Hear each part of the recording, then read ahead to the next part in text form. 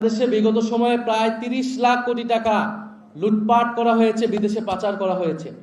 এই গণ অভ্যুত্থানের পরে অন্তর্বর্তী সরকার নানান ব্যর্থতা এবং সীমাবদ্ধতা সহ এই অন্তর্বর্তী সরকারের গভর্নর চেষ্টা করে যাচ্ছিল সেই লুটপাটের টাকাগুলোকে ফেরত আনার এবং এই লুটপাটের টাকার সাথে যারা জড়িত, এই লুটপাটের সাথে আওয়ামী লীগের ফ্যাসিস্টদের সাথে যারা ব্যবসায়ী এবং আমলা রয়েছে তাদেরকে বিচারের আওতায় আনা। কিন্তু আমরা দেখছি সেই বিচার প্রক্রিয়াকে ভণ্ডুল করতে, ঋণ খেলাপিদেরকে আরো সুযোগ সুবিধা করে দিতে, আর্থিক লুটপাটের পথকে প্রশস্ত করতে বাংলাদেশ কেন্দ্রীয় ব্যাংককে দখলের একটা নির্লজ্জ চেষ্টা করলো সরকার দল। অথচ তারা এর আগে বলেছে তারা যখন সরকারে ছিল তারা কখনোই রাজনৈতিক বিবেচনায় বাংলাদেশ ব্যাংকে গভর্নর বসায়নি। যারা নির্বাচনের আগে একরকম কথা বলেছে, নির্বাচনের পরে একরকম কথা বলেছে। আমরা নির্বাচনের আগেই জনগণকে এই বিষয়ে সতর্ক করেছি। আমরা জানি জনগণ তাদের বিপক্ষেই ভোট দিয়েছিল। নানান ইঞ্জিনিয়ারিং করে তারা ফলাফলটাকে নিজেদের পক্ষে নিতে সক্ষম হয়েছে। সংসদে পরিকল্পিতভাবে 2/3 সংসদ সদস্য পদ তাদের নিজেদের আওতায় রেখেছে, যাতে তারা নিজেদের মতো আইন এবং বিচার তৈরি করতে পারে।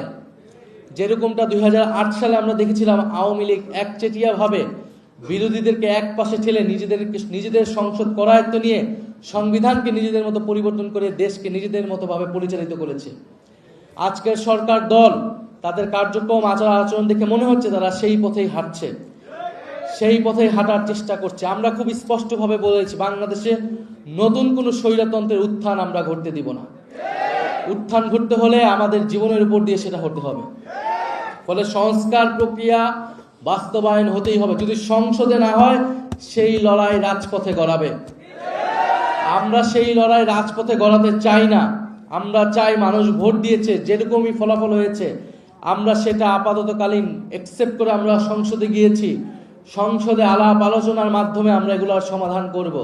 কিন্তু সংসদ অবশ্যই সংস্কার পরিষদ হতে হবে। যদি সংসদ সংস্কার পরিষদ না হয়, সংসদে যদি কথা বলার জায়গা না থাকে, তাহলে সেই লড়াই রাজপথে গড়াবে। আমরা রাজপথের প্রস্তুতি আমরা নিচ্ছি ইনশাআল্লাহ। এবং আমরা খুব স্পষ্টভাবে বলবো ট্রাইব্যুনালে যাতে কোনো ধরনের আর কোনো হস্তক্ষেপ না করা হয় এবং ট্রাইব্যুনাল যাতে নিরপেক্ষভাবে সুষ্ঠু বিচারের পথে চলে এবং যারা ভিকটিম, যারা সাক্ষ্য দিয়েছে, যারা ভিকটিম তাদের নিরাপত্তার ব্যবস্থা করতে হবে অতি দ্রুত সময়ের মধ্যে। এবং আমরা দাবি জানাচ্ছি কেন্দ্রীয় ব্যাংকের এই গভর্নরকে সরিয়ে দ্রুত সময়ের মধ্যে একজন দক্ষ এবং যোগ্য, আপনারা আপনাদের পছন্দ অনুযায়ী দেন, কিন্তু দক্ষ, যোগ্য এবং সৎ ব্যক্তিকে বাংলাদেশ ব্যাংকের গভর্নর হিসেবে বসাতে হবে। কারণ আমরা আর কোনো লুটপাট, আমরা আর কোনো ঋণ খেলাপি, আমরা এই ধরনের বন্দোবস্ত দেখতে চাই না। আমরা চাই একটা জবাবদিহিতামূলক ব্যবস্থা। কেউই জবাবদিহিতার আওতায় আনবে না। কিন্তু বাংলাদেশের যে অর্থনৈতিক ব্যবস্থা এখন, যে ঋণ খেলাপি যদি বাংলাদেশ ব্যাংক এইভাবে পরিচালিত হয়, বাংলাদেশ ব্যাংক যদি কোনো ধরনের জবাবদিহিতা ছাড়া দলীয় হস্তক্ষেপের মাধ্যমে পরিচালিত হয়, ব্যবসায়ীদের, ঋণ খেলাপিদের স্বার্থ সেখানে রক্ষা করা হয়, তাহলে বাংলাদেশ যে অর্থনীতি, সেই অর্থনীতির পরিবর্তন হবে না। বাংলাদেশ আরো খারাপ দিকে যাবে এবং